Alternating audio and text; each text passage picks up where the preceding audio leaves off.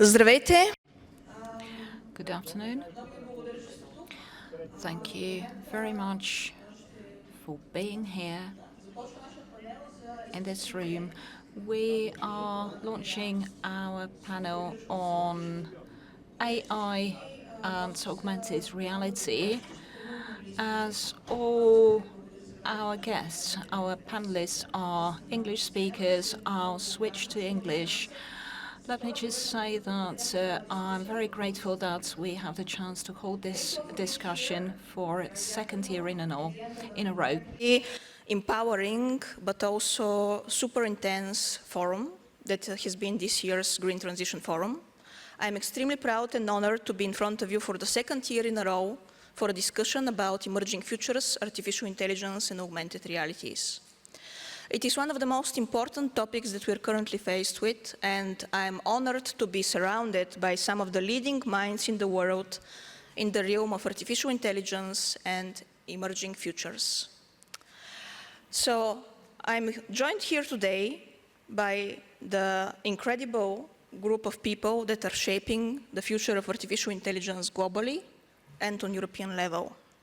First of all, we have with us, joining us due to her busy schedule online, Maria Grazia, who is the leader of social sciences and humanities for UNESCO, and is leading some of the most exciting global initiatives that connect digital divides, help women and girls learn how to code, and help bridge the digital divides globally. Then on my right-hand side, you will see Professor Melodina Stevens, a world-leading expert in AI and AI governance, coming and joining us here today, all the way from Dubai. She has over 20 years of experience in the telecommunications industry, and she's one of the most powerful minds in AI governance right now in the world. Next to her, this lovely gentleman is Joe Myers, who has some of the most interesting projects connected to smart cities, integrations of IoT. He's the chair and leader of IEEE Smart Cities, and he will share with us some of his incredible projects that he's doing globally and in Europe with over 20 years of experience, was it, Joe? Unfortunately, 35. Okay. I wish. Yeah. On my left-hand side, you will see Professor Caroline Ganscombe out of Omnes from France.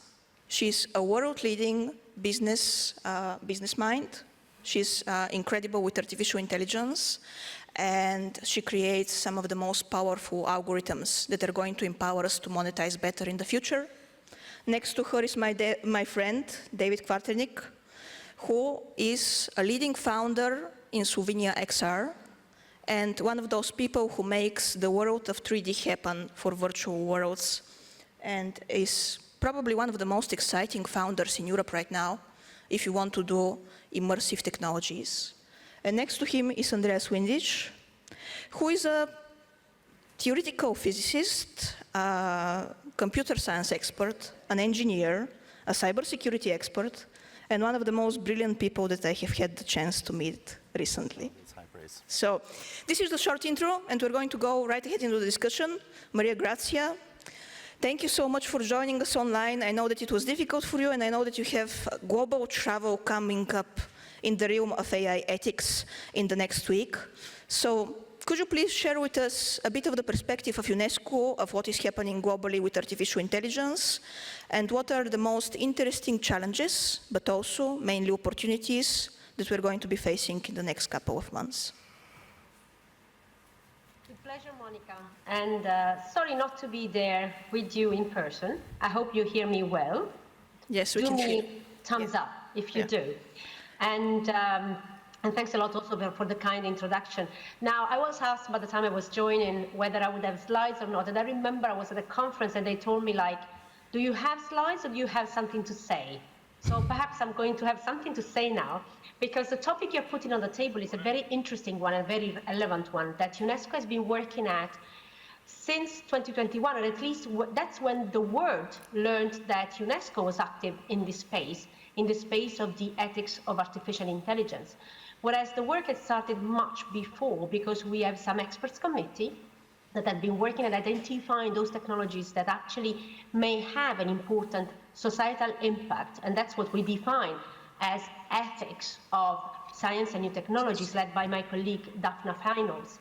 And what they identified, of course, among them, there was artificial intelligence as a technology that might have an impact on human rights, and fundamental freedoms. And that's why we started investigating what these effects might be. And then we got countries actually supporting this initiative, and after 2 years of intense work, adopting the recommendation on the ethics of artificial intelligence in the context of our General Conference in November 2021. And since then, we have been really working at deploying and implementing that work. Why we think this instrument, which is a normative instrument, voluntary because it's a recommendation, is so important. First of all, because we didn't have at that time, and we see with, for instance, the topic you have put on the table, that was the right approach, a strict definition of what AI is. We did put in the recommendation a few key components of this technology, but we didn't put any stringent definition because we didn't want the recommendation to be time-bound. We understood how important it was to put on the table some fundamental principles, some fundamental values, and then to identify the policy areas that it would be important to look at, from employment and skills to cybersecurity to data management to actually two very important, and you mentioned them to start with, and link also to the presentation that I was seeing running in the back before. And one is gender, so inclusiveness. These technologies that are supposed to be inclusive and that we should strive to have them inclusive. And the other one is ecosystem flourishing. So leveraging AI in order to help and protect the ecosystem and making sure that the development, deployment, and use of AI is not further adding to the exploitation of the ecosystem. And so countries, actually member states, asked us, and this is an instrument that is really global by nature because it applies to all 194 member states of UNESCO. They asked us not only to help them define and help them agree on the what, so what they want, what they don't want, and what are the areas of policies that they should work at in order to have ethical AI that is nothing more and nothing less than an AI that respects human rights and respects fundamental freedoms, but also asked us to give them tools. And this is what we worked at in the first year after the implementation. And we had two fundamental tools that are the readiness assessment methodology, which is actually a tool that helps government having a picture of where they stand in terms of legislation, in terms of institution, in terms of endowment, not only of infrastructure, but also human capital, for instance, in order to be able to develop, deploy, and use AI in an ethical fashion, in a fashion that is really inclusive. And also the ethical impact assessment, because we did recognize from the very beginning that AI is very much with us. Sometimes I hear this discussion, oh, we are getting to be influenced by AI. I said, no, we have been, and we are very much in the AI era. Those that think that the thing is coming have left the train already, because AI is very much with us, whether we know it or whether we don't know it, but it's with us in many ways. And therefore, we have to recognize that systems may be a different level of development and deployment.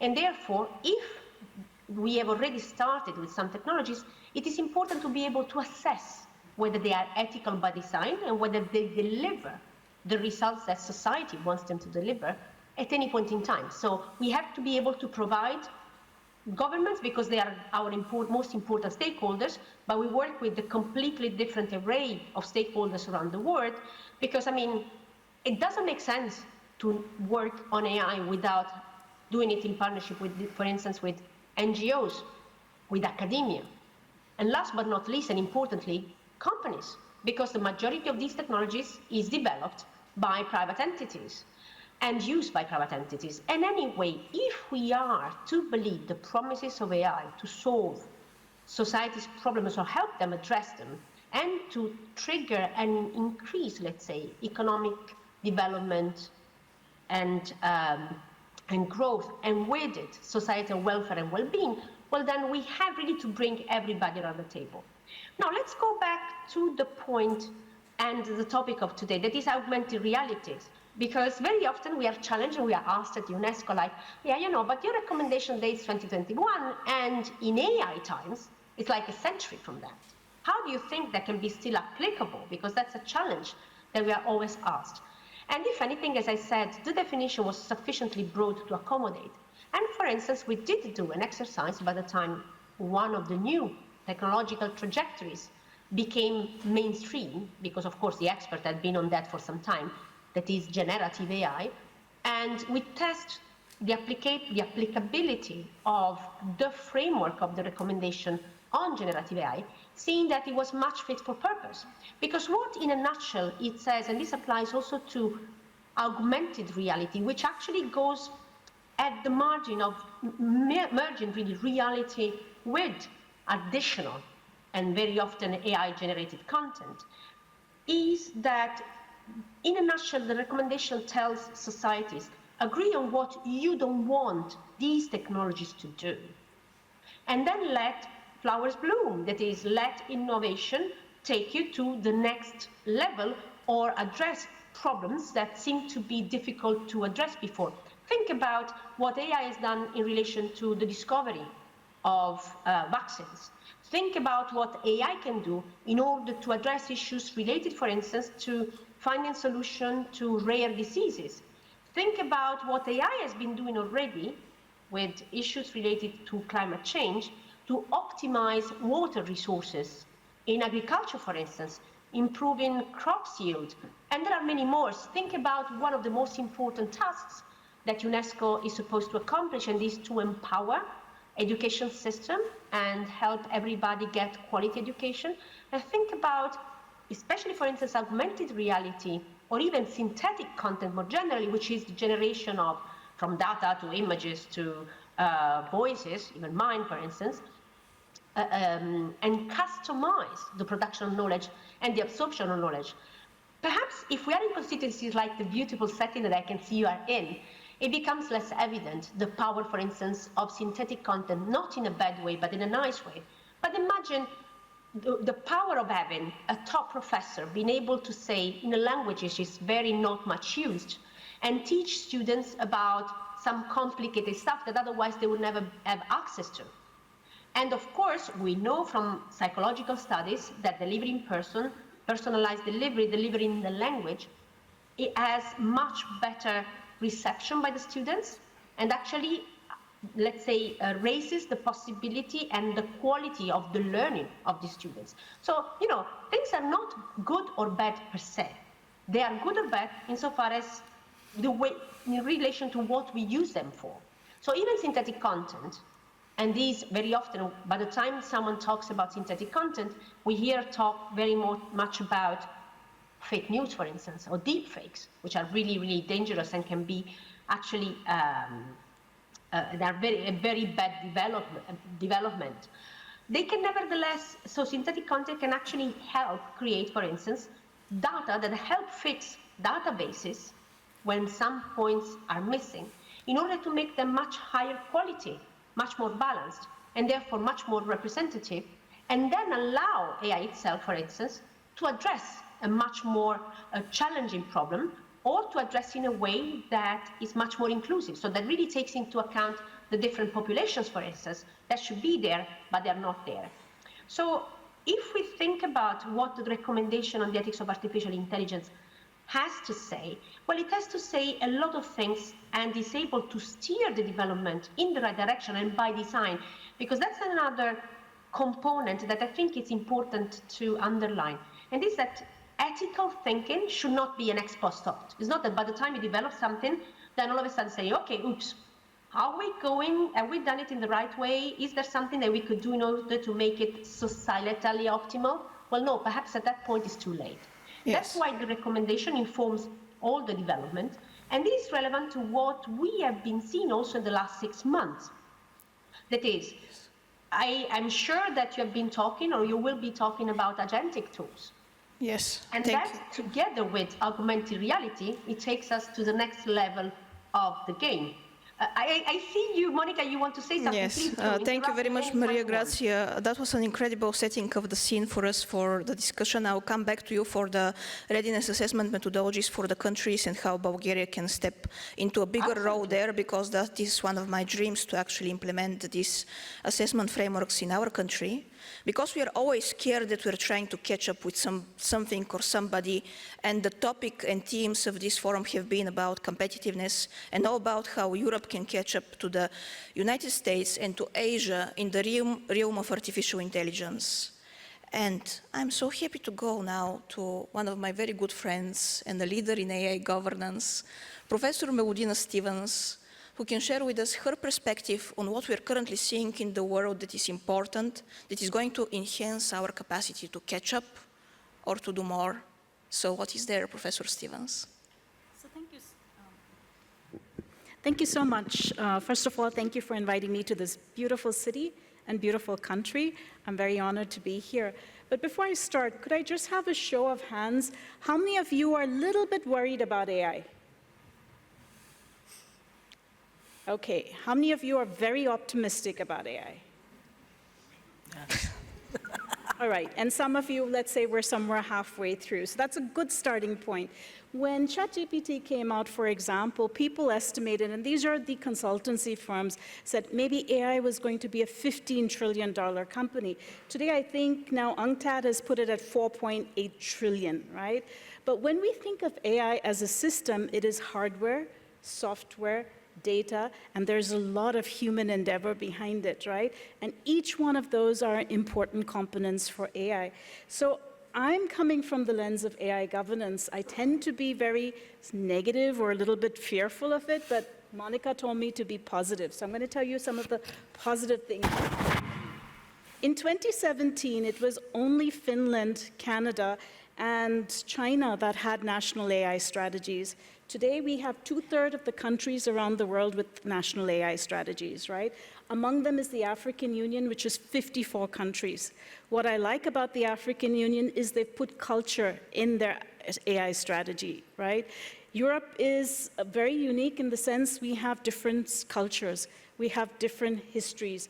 We do not want an AI that is homogeneous. We want something that reflects our individual beliefs, and I think that's important. If I think of where AI originated, it originated from the defense. So you think of World War, right? But today we have it in many different industries, and a big important discussion is about procurement in the public sector. Why is this important?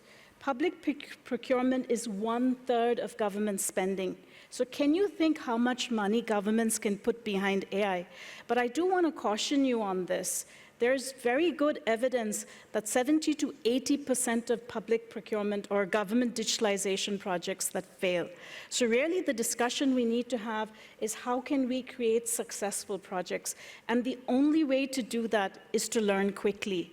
Because of its nature of AI and how rapidly it scales, there is no way you can prepare for how it will fail. Just think about your phone. How many updates do you have? And you will see that you have regular updates. That tells you how quickly and how agile we need to be. In terms of startups, if you put the name AI on it, you're more likely to get a valuation. And there's some very interesting. WEF did a small piece of research, and they found out that startups recently, there were 83, there were a couple of projects, and 8 of those projects were valued at 83 times their market revenues, just to give you an idea of how much cash there is to be developed with AI projects. So there's a lot of opportunity, and the first one I want to highlight is AI moves across industries. So think of facial recognition, right? How many of you were in Facebook and your faces were tagged? So Facebook actually stopped that in 2021, but at one point, if you had your picture there, it could say, okay, this is Melodina, as an example, right? And now think of where we use facial recognition. We might use it in employers, for example, to see whether their employees check in. And I know EU is very particular about this, but we're using it in defense, as an example. We're using it maybe in some cases in airports. So we see technologies moving across platforms, and regulations are still catching up with that. I don't want to take too much time because I want to spend more time on discussions, but I do want to talk about new opportunities. And I think the first thing is there is not one single form of governance. We need different forms of governance with AI, and we need everybody to collectively get involved. It cannot be done just by a group of people, but it has to be done with all participants of society. So we need whole of government and whole of society governance. I'm going to stop there so we can have time for discussion. Thank you so very much, Mevudina. It is quite an interesting question there, that when you put the words AI in front of a startup, it actually generates more VC capital and more interest from quite a lot of people. And I have here with us somebody who has been deploying these sorts of solutions for many years now. And he has projects that are both recreations of ancient Rome and tokenization and monetization of public services in Mexico. So Joe, why did you decide to move your projects from Rome to Latin America? And what were the rationales behind that? And why do you think that Europe needs a bit of work to do? Or what is the place to do it? Yeah. Well, firstly, again, thank you so much for inviting me. It's the first time I've come to Sofia, and I'm amazing people. Yesterday, Monica invited me to a sort of more techie meeting, and it was very, very exciting, lovely people, and there's so much going on. Before I get to that, I am one of the older people, if you like, in technology. I would like to be the age that you were saying before of just 20 years in technology, but actually, so far it's 35 years. And in those years, it's been incredible. It's an incredible journey, what we've seen, the changes that we've seen. I started in projects you mentioned, for example, one of the projects that we started in Rome. I live in Italy. I'm British, and a lot of projects in technology are actually in cultural heritage and in tourism. And in the years 2000, we were looking at how to communicate history and the archaeological sites and monuments that the city of Rome is full of. And the second word, which isn't AI, which wasn't being discussed at that time, was augmented reality. And what we did is we tried to understand how you could go from a basic idea of having a book where you have what you can see today as a photograph, and then you would have the plastic that would go on top, and you would go, oh, that's what it used to look like, because it looks nothing like that at the moment. And how we could use technology to improve the way in which people could understand the incredible civilizations of the past. And we didn't have the same technologies we had today. We just had, they started off with mobile smartphones, and it just at the beginning of that, we actually had to create a technology, a time machine, as we called it, to be able to put loads of sensors in there. And we developed with the Fraunhofer IGD in Frankfurt the first device that you could walk around an archaeological site like the Roman Forum, and you would point at a column, and it knew where you were from GPS. It had the accelerometer, and it had the sensors in there to be able to understand what you were pointing at. And I met up with an incredible gentleman, a professor from UCLA, who had the ridiculous idea to spend lots of money from donators who I don't think realized what he was up to. But he was a humanities professor, and he just wanted to build a model of the whole of ancient Rome. And he started, and in the end we partnered together. It became a project called Rome Reborn. It was launched in 2007, and it was the largest historic model ever built.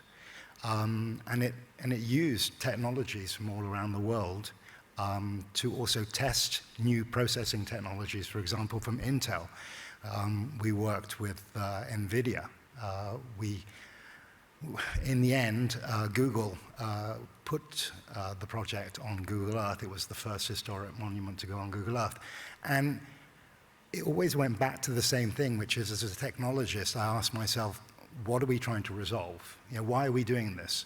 And actually, the Professor Bernie Fischer, who was the guy that began the project in Rome Reborn, he wanted to use it as a teaching tool, but just for his students. And in the end, with Google, it went out to over 100 million people as a layer that you could, fly over, see the ancient Rome in that time.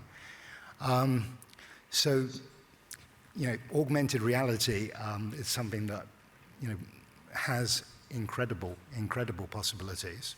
And you then asked me about Mexico. Yes. So Well, I'll come back to you about Mexico because that was quite interesting. So Joao built the very first recreation of ancient Rome with some incredible people that is later used for inspiration for some other people in our panel. So we can see how technology grows through time. And I'll come back to you about Mexico because it's an important question. Caroline. Yeah. We have seen technologies evolve with the trends and decline with the trends, and we're currently looking for the place of Europe in the game. Oof, yeah. As a business person, as a person who is proficient in artificial intelligence, where do you think are the places where we can quickly scale and sort of accelerate our power and be more competitive on the global scene? Thank you, Monica. Thank you for having me. I'm very sorry. I'm not really using mic and sitting. Usually I walk. So for me, it's quite not comfortable to talk in the mic. Anyway, so I'm sorry about this. Just move the mic closer to you. Yeah, I don't want to have it closer to me. I hate those kind of things. It feels aggressive anyway. So the point here is that I will use what was said this morning. We had the chance to have a commissioner talking about smart regulation. And answering you, I would say everywhere, everything, in all aspects. The first thing we need to be aware of is that there is nothing to be afraid about AI. There is nothing to be some sort of shame or shameful about AI, or the fact that we have a different pathway in order to implement AI than other leading countries. The point is that we have a major chance, which is that we have a stable, huge, national and international markets, meaning that we can scale up quickly in roughly all fields, simply because we do have the intelligence, meaning the knowledge, we do have the scientists, we do have the researchers, we do have incredible minds, incredible financing, and maybe the only obstacle we have is ourselves. We are punishing ourselves. We are some sort of not accepting that we're good. We are always some sort of feeling guilty because the other next door did better than we did. Well, it's not really the case. So we should consider that we do have a pathway, and Europe has a pathway, but it's not, we don't really have to be ashamed about what we are doing. Now, if you look at Hummingbird is something that, and another one which is Hugging Face, all H's, those were European-based, and Hugging Face was European-based. And the real question is, why are not we capable of keeping our genius local? What's happening? Well, the question is global market, yes, but also global financing and the way we finance. And it was very interesting to hear that there was a number of very interesting and talking people this morning saying a lot, but they were missing words in what they were saying, like risk assessment, like, debt financing. The fact that we need to couple debt financing with tax returns and tax incentives. So we need to have a global way of bringing our companies, upscale or scaling up. And this global way is to have sound, common, not only VC-based financing, but also different kind of financing. The wealth and the richness of China, the wealth and the richness of America is because they understand perfectly financing schemes, they understand perfectly risk, they love risk, because they use risk in another way we do. So in order to scale up Europe, is maybe start loving risk, embracing risk, using risk in order to, in the end, deliver. Thank you. Thank you, Karen. That was incredible. Yes, we are a bit risk-averse in Europe, I would have to admit, but there is somebody who is very acquainted with risks on the commercial scene, who started his company 10 years ago, was it David, in the risky sphere of 3D augmented realities, trying to develop amazing models and projects in Europe. Europe-based, Europe-developed, European team. What is the landscape, David? How are things with the world of 3D? And what are the projects that you're most excited about currently, that you're working on right here on our continent? Great question, and thanks very much for the invitation. I'll try to be brief. We started with basically the same thing. Our first idea was to create a time machine, just as my colleague Joel here. And yeah, we had the fortune of being 10 years later, but arguably we were still too soon. But it served, the main purpose of it, looking back right now, is to put us into contact with XR technologies. And yeah, if you're creating a time machine, augmented reality is the way to do it, virtual reality is the way to do it. Long story short, we became very, very proficient in that, but for very difficult reasons, we didn't remain in that field. We branched out. We're doing experience now from biotech, surgery applications with Magic Leap 2 hardware. We're doing all kind of tourist XR experiences, AR, VR, and whatnot.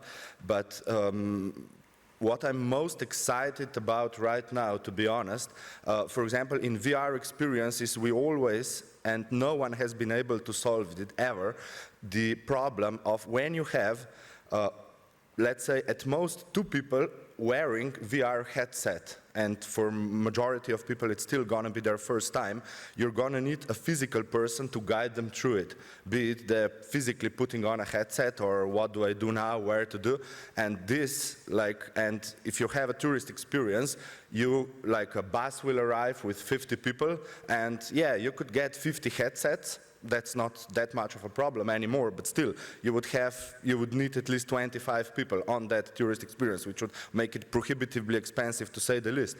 And that's why we ventured into AI in order to solve this, scale this factor where human factor would be impossible to scale, whereas the artificial one is. So.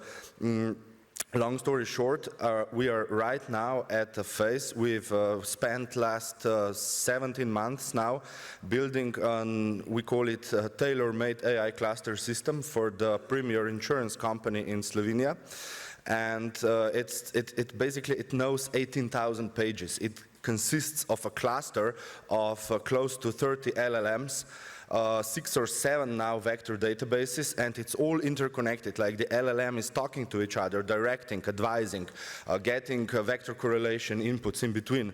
And the even more exciting part about this is that we first created an AI avatar kiosk, and then a small group in the company tested it out, and a little bit larger, and then a first curated event, a little bit larger, and the launch. It took basically almost year and a half to build it, where it's really awesome as it is now. But 3 weeks ago we did an experiment, this wasn't sustainable, well, this wasn't scalable, and for the last 1 year we tried, while still working on it, improving it, building it, we tried to figure out how to scale it. And we came up with a recursive knowledge generating system that basically you feed it websites, PDFs of work processes, pipelines, as it were, and it's gonna basically part of it works like AI machine vision. It's gonna translate, it's gonna create metadata out of tables, pictures, flowcharts. But that was the easy part. That was even before. But this one is the recursive knowledge generation, which basically, long story short, again, what we spent 16 months creating got done. We needed 1 week and 9,000 euros worth of AI tokens, and the system created itself automatically. Everything, all the architecture, all the knowledge from the input of documents and links. And yeah, this is, I believe, the most exciting David, not everyone in the public is like tech-oriented and understands all these incredible things that you're doing. I just want to say that he showcased for us yesterday some incredible examples of avatars and architectures that were just mind-blowing. Just a quick one as a follow-up, and then I'll go through the round again. Why did you decide to do that in Europe? Why did you decide to stay in our region? Sorry, why did I? Why did you decide to stay in Europe? Why didn't you move all of that brain power into the United States or Asia? I travel to the United States regularly to basically fill my energy level and to like learn how to be more self-confident, more like better salesman, as it were. We're lacking as Europeans, but to answer your question, like I don't even know what to say. I love it here. I would never leave. I'm a European. Even if I move to Antarctica, I will always be a European. And basically, sorry, I can't really, a question I can't answer. I'll never leave, I'll just say that. So we can be competitive with your minds and with the minds that we also are proud to have in Bulgaria. Andreas, you work with some of the frontier technologies that Europe develops out of Austria. You work with technologies that go into space stations and those that go into biotech. What are your impressions thus far, and how do you think we're going to be able to compete in the next couple of years with our global colleagues and collaborators? Okay, thank you for this. So hi everybody, it's a great pleasure meeting you all. My name is Andreas Windisch, I'm based in Austria. I work for an RTO, a research and technology organization, heading a department there that is called Intelligent Vision Applications. So we work in computer vision and AI. And beyond, and I'm also a board member of AI Austria, which is an NGO based in Vienna, and we try to increase the adoption rate of AI across the Austrian ecosystem, the industries, from large-scale enterprises over small and medium enterprises all the way down to startups. We also consult politicians, work with the government, work with various ministries. I personally myself have been in this game of AI for now about like 10 years. I'm a theoretical particle physicist, and when I was studying, I don't know, it was like 2015, 2016, there was a major breakthrough in the AI space, and that's when I started using this technology for my own research. And if there's any message I think that I want to bring across, it is this. It is really that we live in a time where we see tremendous transformations unrolling before our very eyes. It transforms how we work, how we think, how we function as a society. And I truly think that those issues that we're facing are much, much bigger than us individuals. They're bigger than countries. We have to kind of get together, and this is why this event here is so important and so great. And by the way, this is a beautiful town. It's like really a beautiful country. Absolutely love being here. And I think it's important really to get together, discuss those issues together, to create connections among ourselves. And when we part, when this thing is over, that we stay in touch and develop those and tackle those issues together. You here in Eastern Europe, in Bulgaria and other countries, Serbia, you have prime tech talent, which is one of the major resources you need in order to further the development of AI. So you really have the brain power, and you have to you have to continue developing those skills and contribute to the development of AI. So what I really love about it the most is that this technology is applicable across all domains. So it is not specific to a particular use case, but you can really use this technology and deploy it in vastly different fields. And that is what I love so much about it. So every day I talk with people from different fields, from different walks of life. I learn a lot about what they do, and we try to develop solutions customized for their purpose, whatever it is that they do. And we really cover a broad variety of use cases, like you mentioned space. So we are like participating in NASA and ESA missions, for example, but we also do industrial production facility quality management. I also work with startups, for example, one out of Serbia, Telmet they're called, which try to use AI to analyze, in this case, radiological images to kind of, for the African market, where you have a very unsatisfactory ratio between radiologists and population.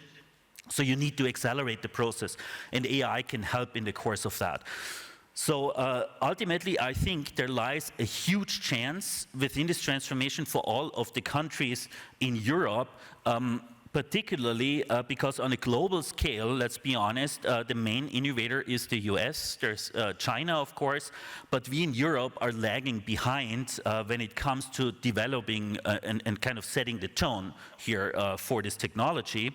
But what I believe is, since in Europe we put the individual first and we want to make sure that the human rights are respected by this technology and that the technology cannot be used to the disadvantage of our citizens, I believe there lies a chance within, and that chance is that we have to find our niche and we have to develop new systems, new kind of technology that kind of implements what respecting human rights actually means. So we need transparency, we need resilient AI systems, we need explainability.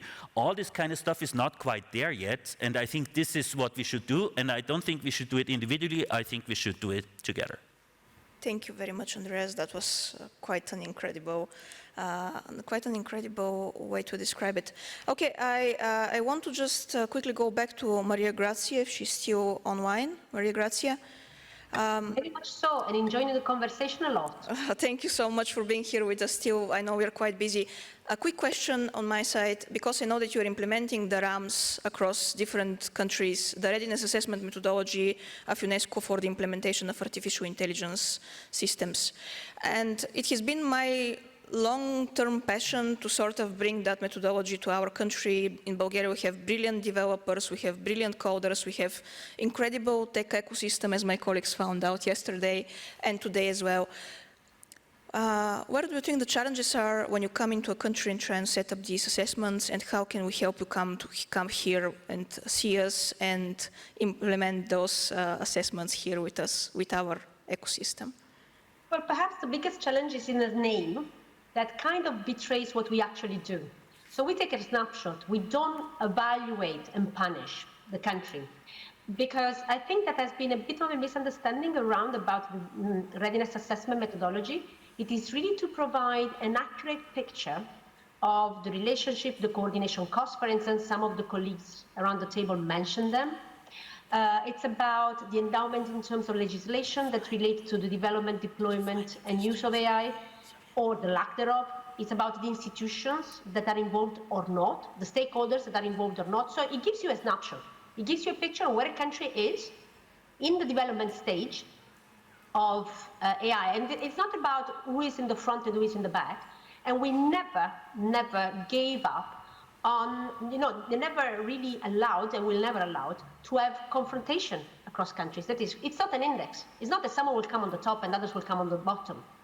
It's about having a picture of what is there, how it works, whether it works or not.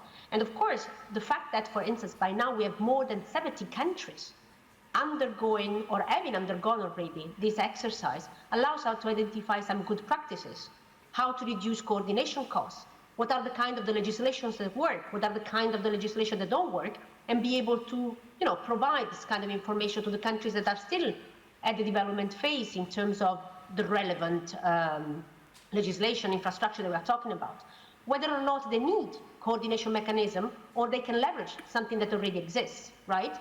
And actually, I'm really pleased, for instance, now I've been involved also directly in the readiness assessment methodology that has not been finalized yet, of India, for instance. It's a country that you were referring to very strongly in terms of Asia. That's one of the big players around the market.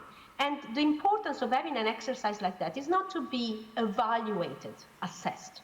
It's really to get to know what are the issues at stake, because one of the funny things that we discover with this readiness assessments that we have done in so many countries around the world is that, first of all, you can learn a lot. There could be very good practices from countries that generally, and I mean, this is not what we think, are thought to be lag behind, right?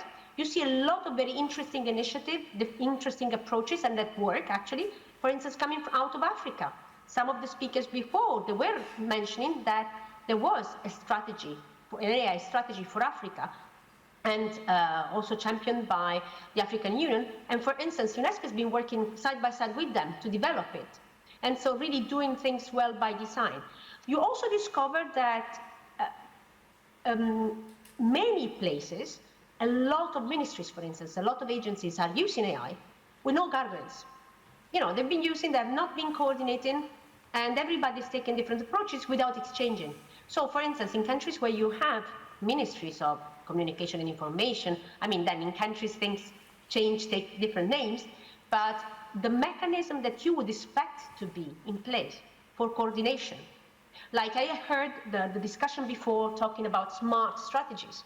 Now you can implement smart strategies insofar as you're able to decide what is, you know, relatively more advanced, to decide what is not, what is the component that you want to valorize in one place and in another place. So you need coordination. Well, in many countries we discovered there isn't. In other countries we discovered it's fantastic. So there are all these components that need to be in place. And referring perhaps to what often might feel like a complex of Europe with respect to other places. So for instance, if we are really about ethical AI, if we are really about AI that doesn't do harm, I think we are in a perfect place. I mean, we are located in Paris, but of course we are global. Also to discuss these issues and leverage what have been, for instance, some of the initiatives that Europe has been leading in order to test what it means to be, you know, compliant by design on some of the regulations. So it actually gives us the possibility, for instance, in some of the big players in Europe, but also the small one, to actually test different models and models that are ethical by design that then become very easy to scale up globally. And let me make a point here that I think for too long has been also overseen, and is AI relies on data. The better the data, the better the AI that we might do. Evidently, there are biases that may arise in the deployment phase, but there are ways also to deal with that. Now, if the data come from the people, from us, when we use it, when we say yes to the cookies, when, you know, you have to be able to gather this data.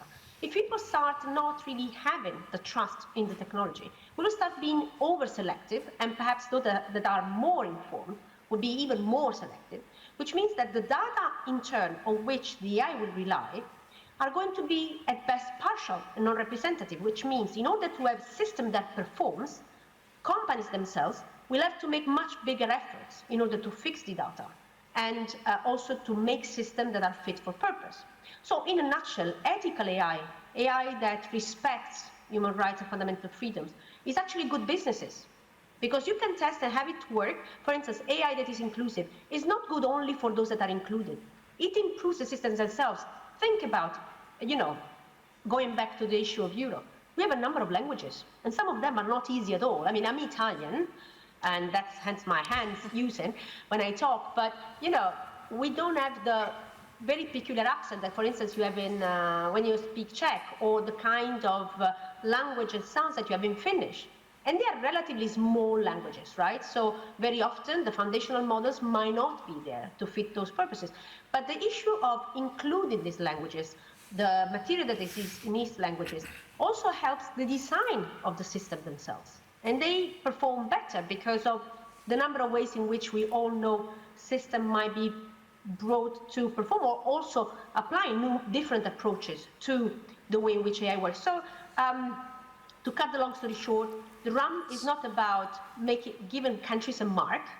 It's actually helping them being quicker and making better their ability to actually leverage AI for the good of economies and societies. Thank you so much, Maria Grazia. I'm super excited about what is to come up with UNESCO, and I'm just going to come back to you for one final remark in a moment, but I just want you to know that I'm already inviting you to come here to Bulgaria to see us, and let's implement the RAM together, and let's enable, accelerate, and fire up everything that we have and remove our barriers. Thank you so much for listening in. Meudina, enabling, accelerating, removing all barriers. We are in the Emerging Futures panel. What are the innovations that you're most excited about in the next 10 years? Please share with us. Okay, so in the next 10 years, what innovations am I most excited about? I think it's the confluence of AI with synthetic biology. So let me just give you an example. One of the biggest challenges we have right now is where do we store data? So we have data centers, and we realize that there are some problems with data centers. They consume a lot of water. They consume a lot of electricity. They produce a lot of e-waste, which we don't really have policies about for that. But do you know 9 grams of DNA can store all the data in this world? So there are foundational papers right now happening in that space. I'm extremely excited, but we do not have regulations. So 9 grams of DNA data, is this under health? Yes. Is under this is life under science? health. Is this under computers? So we're kind of in that area sort of struggling. Quantum computing seems like this fantastic thing because right now, with all the data that we have, I think we only analyze or use less than 10%. So the 90% is actually wasted. A lot of that is visual data. So quantum computing would be the next big thing. But I also think at the end, behind at the scenes, and I know we're short of time, is we've got to look at these emerging technologies that are coming in from other spaces, and nanotechnology is one of them that I'm extremely, extremely excited about. I'm going to stop on that one. So.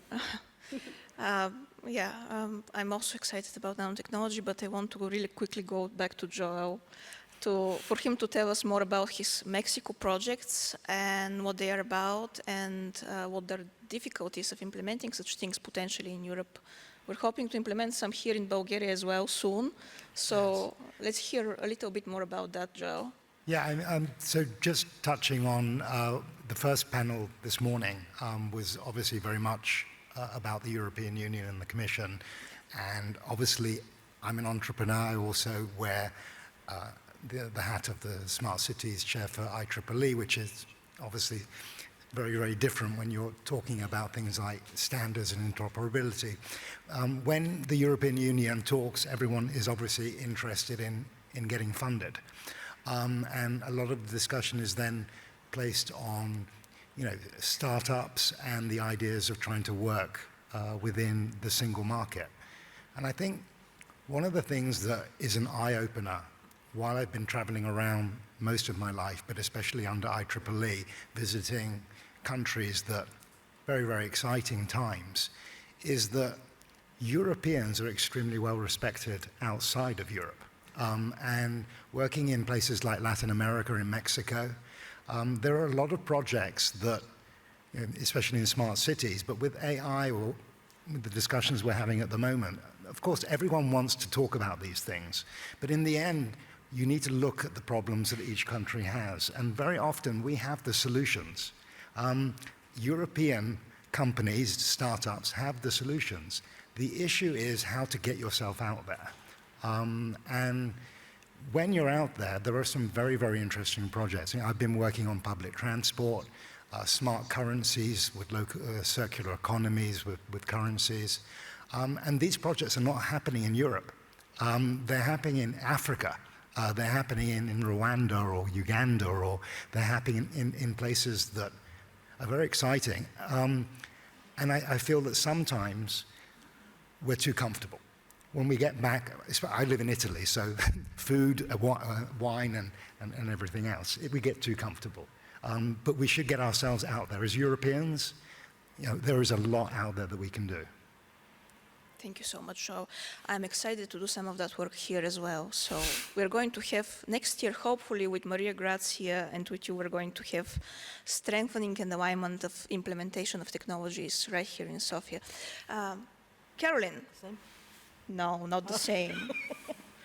So where is the future headed for AI in the next 10 years from the business case? Are we going into the route of agentic, or is quantum computing going to change everything? Which one are you most excited about? That's a difficult question. The first thing I want to ask you one question. Everybody's using a smartphone, I believe. Who is not using a smartphone in the room? Nobody, okay. Do you know that when you use your smartphone to take a photo, for example, you're wasting 90% of the resource that you're using? So I think that this is the future of AI, sustainability. Small model that can be merged to be as efficient as the massive models that we're using nowadays. So every time you take a picture, every time you're chatting with your friends, well, remember that your battery is being used, energy is being used, but also water, also a number of resources. And, well, the planet is not scaled to support this. So what's going to happen in the future? If quantum computing is fascinating, why? Because quantum computing permits massive calculation with massively reduced needs for resources. So the most important aspect about this is 100 words of ChatGPT has been recently released. 100 words of ChatGPT is 1 liter of water. So if you say, hello, ChatGPT, being polite, well, you're using a lot of energy for not much. So please don't be polite with AIs. Please. But you need to have those elements, those numbers. In some countries, you don't have the resources. They don't have the grids, they don't have electricity, they don't have water. And they need to be onboarded into AI, anyhow, because this is what's becoming of the world.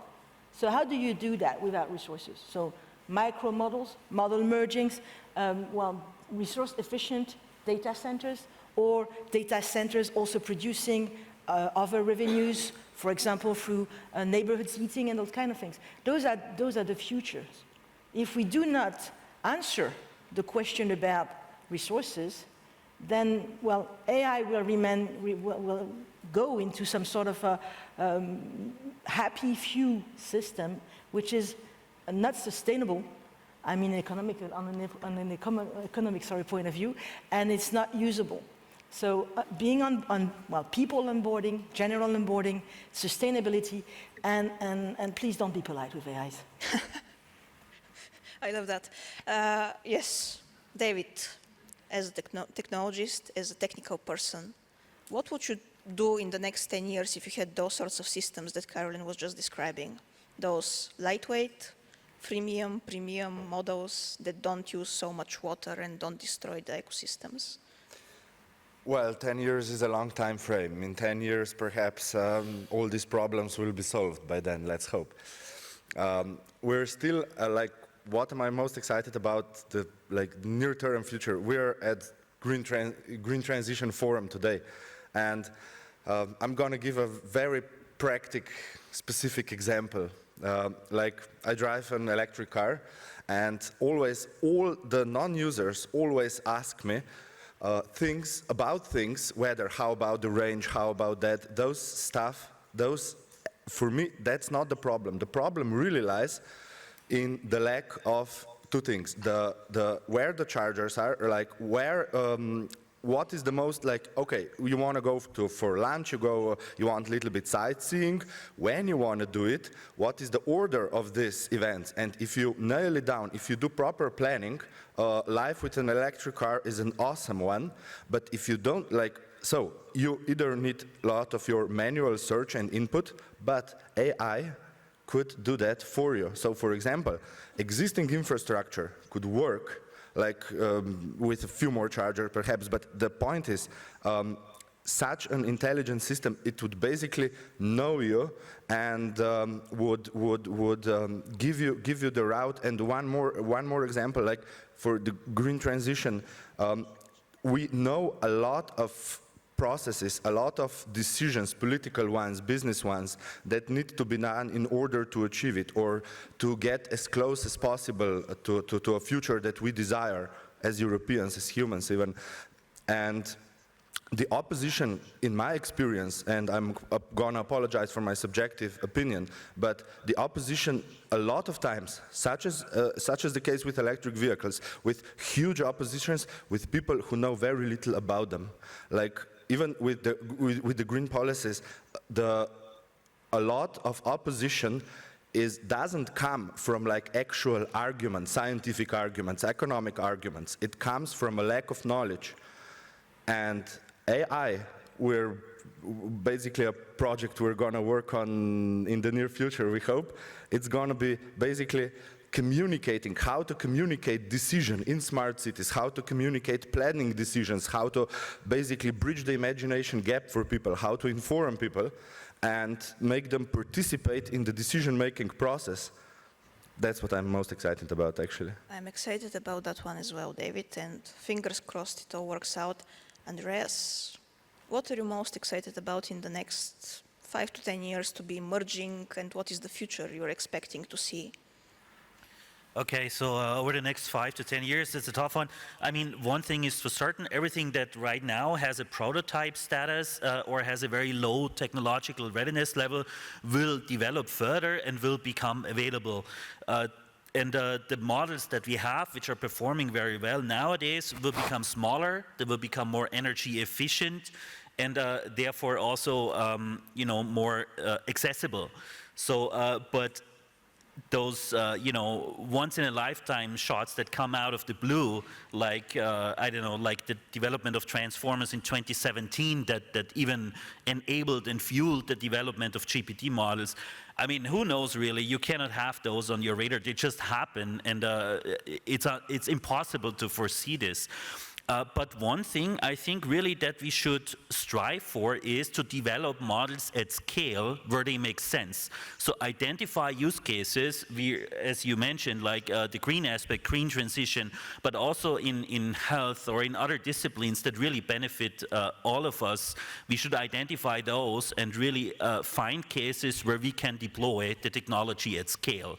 That is the most important aspect. Apart from that, I really think there's also much to be said about resilience of those systems. The more we digitize our society, the more vulnerable we become to potential cyber attacks or other issues, energy, like, you know, failures or power shortages, and that could pose huge problems for all of us if we rely too much on it. So there's also a thing or two to be said about this, but for the sake of time, I don't know. Yes. Thank you very much, Andreas. I know that you're also running to catch a plane shortly. I just want to thank you all for those incredible perspectives and for everything that you just contributed to this discussion for our Bulgarian public. Just 1 minute, each one of you, because every single time we leave conferences, it's difficult to connect with people, we are busy, and we're coming back really quickly for the next session, which is incredible also. Just 1 minute. Every single one of you, please tell the Bulgarian public how they can connect with you, how they can get in touch with you, and which are the next conferences and projects where they can meet you, so that we know for the future. Maria, grazie first, and thank you so much for being here the entire time. My pleasure. So my email is the easiest thing. You can find it on UNESCO website. And please really participate. We have next week the Global Forum on the Ethics of Artificial Intelligence that takes place in Thailand. This is the 3rd year that we organize it, and it's really a place where you have a multi-stakeholder dialogue. I mean, you have the sessions for the ministers, you have the session for the companies, you have sections where people discuss, and it's really a place where you could see the latest developments, not only technologically speaking, but also in terms of how do we deal with this fantastic opportunity and address the issues that it might trigger. Thank you very much, Maria Grazia. And if not in Taiwan, we'll meet in Paris. And if not in Paris, then in Sofia. Thank you so much for being with us the entire time. She's incredible. She's actually the director of social sciences. Thank you. Thank you. So, my friend, Meudina Stevens, the global professor, the leader, how can we be in touch with you and how can we collaborate more? Yes, so you can contact me on Twitter @Melodina, but you can also contact me via my blog, www.melodena.com. So happy to reach out and find ways to help you. Please. Yes, please go and chat with her. She's a global leader in governance. We'll have the discussions after this panel as well. Joel, my friend, are you coming to Sofia next year again, or are you coming sooner? Well, I hope I'm coming sooner than next year. It's my first time, but it's certainly not my last time. So people can get in touch with me through LinkedIn. I think that's the easiest way.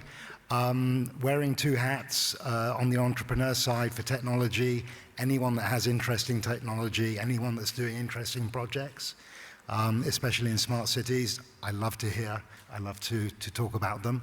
And on IEEE side, if you're interested in standards and getting involved in, interoperability, which is a key issue, please get in touch with me. Thank you so much, Joel, and I hope for sooner as well. Like, Caroline. You know what? I'm going to be very short. LinkedIn. David, if you don't say LinkedIn again, just go. Just copy, echo, and basically for any projects, we're also working on Erasmus and Horizon projects, and anything, if you're in need of such an AI system that's created like in a week, feel free to drop me, write to me on LinkedIn, and like Munich, Ljubljana, Zagreb, Belgrade, that's the axis where I'm pretty regularly, so let's meet up in person if possible. Andreas, let's not miss your flight. Give us the... Well, same for me. I meant this, and I'm closing the circle. Initially, I said you have to talk with one another. We have to talk. Use this opportunity really to connect with people, talk to the people like sitting next to you. And you can find me on LinkedIn, Andreas Windisch. I'm sure there are many of us, but take the one with the red beard. That's me. Just connect, reach out. You can do this. This is not for business purposes, but I really love to hear about what you think, what your problems are, how you want to deploy it. So use this opportunity, reach out. We can have an online coffee for half an hour and discuss. And I would absolutely love that. Thank you so much. And that is a men's level genius there, so we can have like a half an hour coffee with the Right. And thank you to Monica also. She's amazing. Yeah. Thank you. Thank you so much for being here with us. I know it's Friday. I know you're all busy. I know it has been intense days. We're taking a little bit of a break for a bit of coffee, and then you should come back directly for the cybersecurity panel, which is going to also be incredible. Thank you all so much for being here. Thank you to our incredible panelists. Yeah. Thank you. Bye-bye.